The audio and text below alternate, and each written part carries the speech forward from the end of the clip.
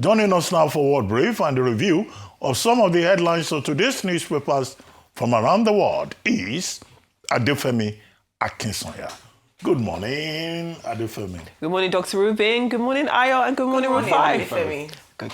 Good. Good morning to you, viewers. Let me tell you what is happening around the world. Now, US-based Trinidadian rapper Nicki Minaj will be addressing the United Nations today in order to highlight the plight of Christians here in Nigeria in a speech arranged by the White House. Now, the US ambassador to United Nations, Mike Waltz, has confirmed the plan, calling the US-based Trinidadian rapper Nicki Minaj, whose real name is Onika Mirage, a principled individual who refuses to remain silent in the face of injustice. Now, in a post on X, Nicki Minaj said, "Ambassador, I am grateful to be entrusted with an opportunity of this magnitude. I do not take it for granted. It means more than you know. The Barbs, which are her fan base, and I will never stand down in the face of injustice. We've been given our influence by God. There must be a bigger purpose."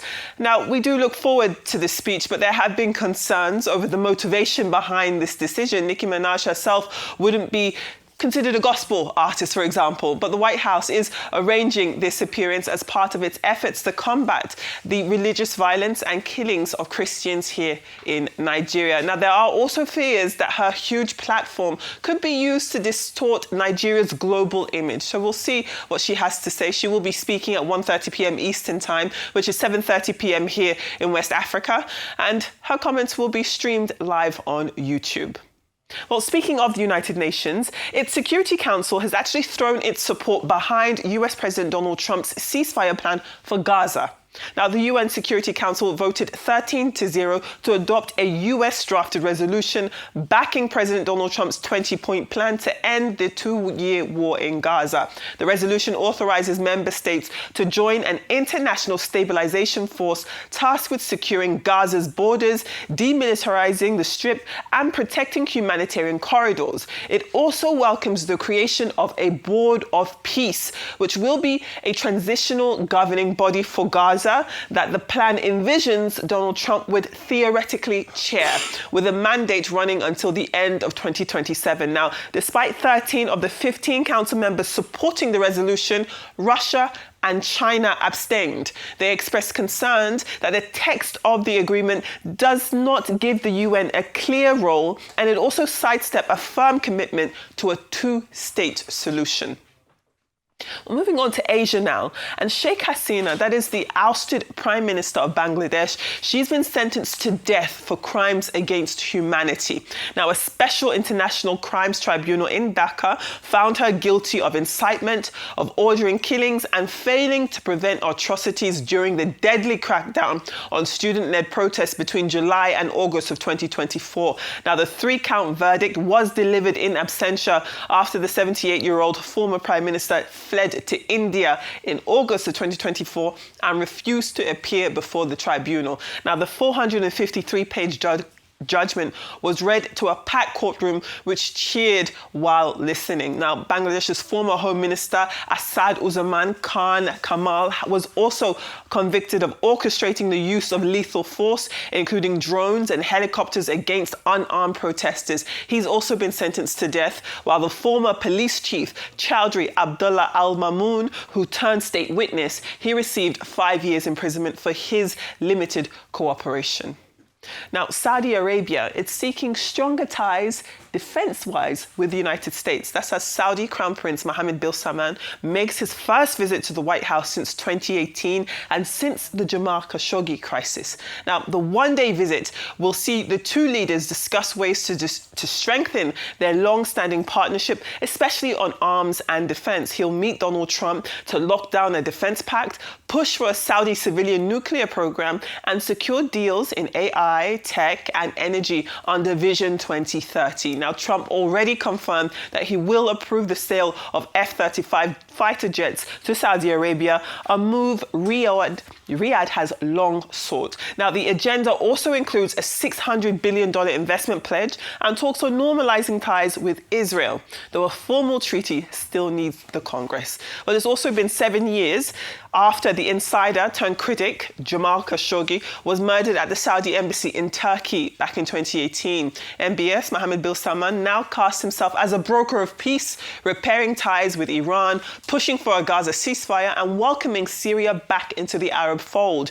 A striking pivot from a prince once branded as reckless for plunging into Yemen's war. Well, I will be coming to my colleagues for their thoughts on the World Brief, but first let's take a look at our newspaper headlines from across Nigeria and indeed the world. Firstly, we take a look at the front page of this day, which leads with President Bola Ahmed Tinubu's warning to judges to be against corruption and judicial compromise. He notes that the persistent delays and integrity lapses are eroding public trust. Now, he was speaking at the 2025 All Judges Conference in Abuja, and he stressed that justice must not be for sale, urging swift reforms, digitization, and stronger accountability. Well, in a related development, this day's Legal weekly edition of the newspaper. Let's take a look at This Day Legal. It does weigh in on this topic. Now, it highlights an example of the type of misconduct that the president referenced, reporting that this controversy in the GHL First Bank arbitration issue. Now, the sole arbitrator, retired Justice Kumai Akas, reportedly failed to disclose that he owns shares in First Bank's parent company. If you take a look at the actual inside page of that article, looking at this GHL debacle, we do hear from analysts that say that this raises serious bias concerns and could nullify the award, drawing parallels really between what is happening with GHL and this infamous P&ID case. Now, also on this week's write-up, within the lawyer, we had the advocate by Onikepo Braithwaite, which focuses on this clash between FCC Minister Nyesom Wike and the rule of law. Of course, this is his clash with that Navy Lieutenant Ahmed Yarima, arguing that controversy has been blown out of proportion, while more urgent national issues, security issues highlighted by Nigeria's designation as a country of particular concern by the United States are being ignored while we're focusing on this. Well, moving on to other papers, we'll take a look at both the Daily Trust and the Punch, both of them taking the very unfortunate news that 25 females, at least 25 schoolgirls, were abducted from Government Girls Comprehensive Secondary School in Maga over in Kebbi State after bandits stormed the school early on Monday, killing the vice principal. Now, the incident is part of a wider surge with 145 people abducted, as we see on the front page of the Punch, across Kebbi, Niger, Zamfara states in the past 4 days. Security forces are on a rescue mission, while experts warn that persistent insecurity requires stronger local policing and community collaboration. Well, moving on to the Daily Independent today, we've got a few stories that jump out at us. So you've got the Federal High Court of Abuja. It has sentenced Professor Cyril Ndifon, who is the suspended Dean of Law at the University of Calabar. He's been sentenced to 5 years in prison for sexual harassment. Now, the court found that he solicited indecent photographs from a female student and abused his position to exploit students. Daily Independent also reports on tensions in Enugu, just up here, tensions in Enugu community as Governor Peter Mba's kinsmen are protesting military occupation in those areas. Now, this is the front page of New Telegraph this morning, but we've also got page 6 of the New Telegraph, which actually took a look at this story concerning the Lagos State government. So you've got the Lagos State Governor, Babajide Sanwo-Olu, who's looking for investment for the Lekki-Epe International Airport. Now, he was speaking at the FAN National Aviation Conference, and he said that the airport will initially handle 5 million passengers annually and help decongest Murtala Mohammed International Airport. Now, Sanwo-Olu stressed that the project will boost Lagos as West Africa's aviation hub and support the Lekki Industrial Corridor, calling for collaboration between federal agencies and private investors to make the project a reality. Well, on the Vanguard this morning, we are seeing that tributes have been pouring in following the death of Newswatch co-founder and veteran journalist Dan Agbese, who passed away at age 81 after a brief illness. So you've got the former Senate President David Mark describing him as a brother and a pathfinder, while Garba Shehu said that the media had lost one of the brightest voices. Vanguard also photographs President Bola Ahmed Tinubu meeting the Duke of Edinburgh, that is Prince Edward, Edward at the presidential villa. Well, let's take a look at the UK dailies today. Let's take a look at the Daily Mirror. It does report that Labour leader Sir Keir Starmer will lead the party into the next election. This is, of course, against the backdrop of some infighting and wrangling that is questioning his leadership. He is pledging a budget to tackle the cost of living crisis. And this is happening despite a YouGov poll showing only a third of Labour voters are backing him. And lastly, you've got the Daily Express leading with Kemi Badenoch, supporting Shabana Mahmood's tougher asylum measures, calling them steps in the right direction, but questions whether the plan will succeed amid resistance within Labour and concerns over effectiveness does remain. Well, those are your well-briefed stories and your newspapers from around the world. I'd love to hear your thoughts. Okay, real quickly, Femi, isn't it shocking that the same political class that used to tell us to go to courts, they now know that the courts is now a place where public perception says otherwise. They are now trying to track back and say, oh, the judges should do better. Is it not the political class that spoiled the judges in the first place? Wow. Look at the case you cited. Somebody in an arbitration didn't disclose his interest in the case. And even the disciplinary committee of the judges, people have said so many times that it's based on who you know. You don't get discipline. A lot of lawyers and judges do things and they go scot-free with it in this life of expertise. So the same politicians that we all know destroyed the judiciary are speaking up today. I'm happy. Maybe they will start from changing themselves first. That's just it. Because this admittance is a good one. So they know that the judiciary is destroyed. But they are the ones who that mock others and say, go to courts. As regards Sheikh Hasina, when her father, Sheikh Madibo Rahman, took over 50 years ago and set up this country called Bangladesh, little did they know that in not making the country inclusive in such a way that the less privileged can get benefits, it will come back to haunt them. And that's exactly what happened. How did all of this happen? Jobs. The young people needed jobs, but some people were more entitled than some. The quota system for jobs had already fallen apart. That led to protests on the streets. And look at what she's going through now. And she used high-handed force. So you can see the same system that she felt she was a Teflon in is now coming to fight against them. Absolutely. Bangladesh has been on the bounce. Mohammed Yunus, the Grameen Bank person, runs the country effectively now. They've been able to clear out some loans. They are gradually going back. As regards the US plan that the United Nations is ratifying, it's going to be the beginning of a big debacle in the future. Because you are negating the two-state solution. And for the very first time, I support what Russia is saying on this. And let's call them together. Because, you see, America only does things when it favors it. In some area, I praise America. This talk about against Christian genocide, I praise America. Because, by the way, Piers Morgan says he's going to play his interview with the minister today. I praise America. But in some other areas, when it favors them, they only fight for their interests. And that's why I pray that Nigeria has leaders that think enough to fight for our interests. Look at the case of Khashoggi now. They've forgotten Khashoggi because they want to get deals with Saudi Arabia. They have now pushed Khashoggi to an insider. They didn't talk about the heinous crimes committed by the Saudi government against Khashoggi and the way he was killed. So you can see how people pick and choose when it favors them. I yield the floor.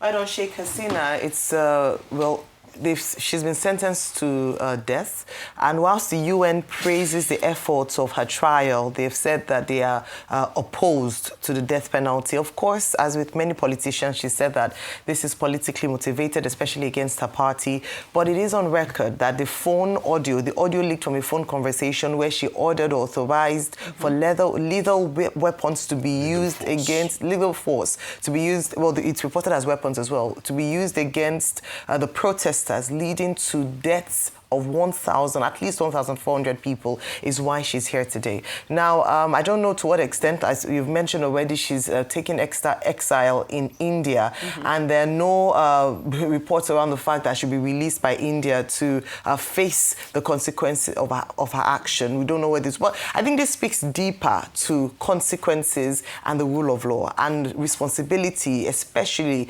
for accountability and responsibility, especially for those who have been entrusted with power and to lead the people. Yes. And so when you make decisions like this and there are consequences, and no one at all ought to be above the law. For me, that's one of the biggest takeaways. I recall that we talked about this when this happened, when it broke with the protests and then the killings of the students, many of them who were young people in Bangladesh, and then, of course, her exile, her ousting, Mohammed Yunusa coming on as leader of Bangladesh, and now her trial and eventual sentencing to death. Then very quickly on Nicki Minaj, there are mixed reactions to this. Yes. Recall that the first time when Nicki Minaj's name came up in this conversation was when she responded to Trump's Truth Social post saying that, she wouldn't stand for any persecution. And I mean, on one hand, people are saying that Nicki Minaj, what's your own in this? But in fairness to her, and as it's been traditional, some influential figures use their platform to support a cause that they take an interest in. In the past, she supported causes around children, health, around racial abuse. She raised funds for George Floyd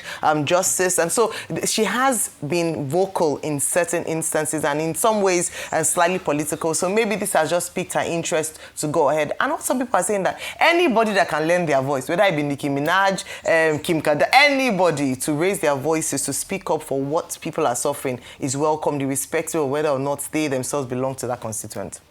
Okay, when we first discussed this Nicki Minaj intervention, saying that she's lucky to be an American where there is religious freedom, my repost was that, look, Nicki Minaj is a rapper, right, from Trinidad, Port of Spain, that she should just concentrate on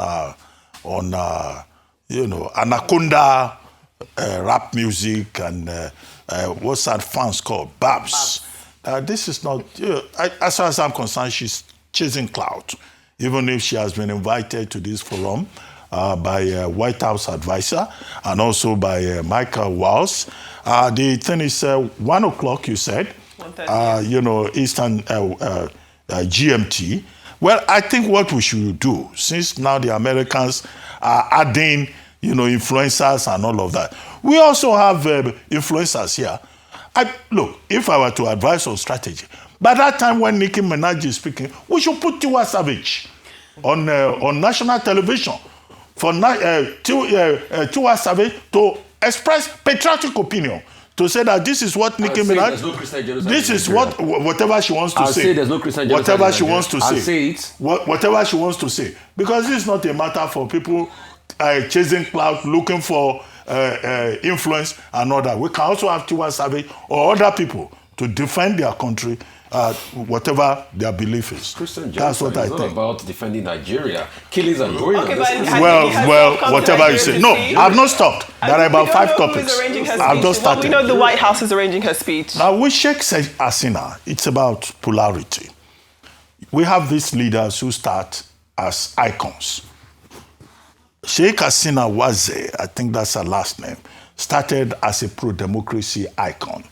The military regime that killed her father and her sisters, she came in from India and then became a major, pro-democracy protester. She ended up in 1996 as prime minister, following a family tradition. And during that period, she did a lot. Signed a water deal with India, had a bridge, the Padma Bridge, over the Ganges, improved the democracy, the framework in that country, took over 25 million people out of poverty. But this same woman who started as an icon, she lost her position to a lady called Begum Zia, who is also from a dynasty. But eventually, she came back in 2009 and further transformed the Bangladeshi economy. But she then ended up as a dictator, as an autocrat, particularly with disappearances, threats, harassment, suppression of civil society, human rights groups. At the end of the day, she removed the quota, civil service quota, for marginalized persons. And that was what triggered the strike on July 15 to August 5. 1,500 people were killed. The day she was leaving, about 52 people were killed on that day. Yeah. She's in India. She had dismissed the ruling as a farce. And her party, the party of her father, the Awami League party, has been suspended. And so that's what you have. But the moral that I take away from it is how leaders who start well end up badly. And that's the same thing we are beginning to have now in Tanzania, where Suluhu Hassan is already appointing her daughter as Deputy Minister of Education and her son-in-law into the cabinet. And this was the same woman that people like Ayo praised that, oh, women are the best. But we have seen... There are too many men, Dr. Abati, who have done worse. I'm not supporting it. I know, but we have also seen that, leadership is about character, it's about integrity, whether you are male or you are female. Trump's plan for Gaza, they have a board that Trump is going to control. They are having an international policing system, but Hamas does not agree. Russia and China abstained from voting. 13 countries, including UK, France, Somalia, voted. But Russia and China did not veto because, about 8 Muslim countries, including Turkey, supported the proposition. But, whether it will promote the cause of peace remains to be seen, particularly as Hamas says this is supposed to be an international occupation force that would lead to disarmament and may not lead to progress. All right. Well, Dr. Bati, thank you. Adefemi, thank you so much. We'll see you again tomorrow.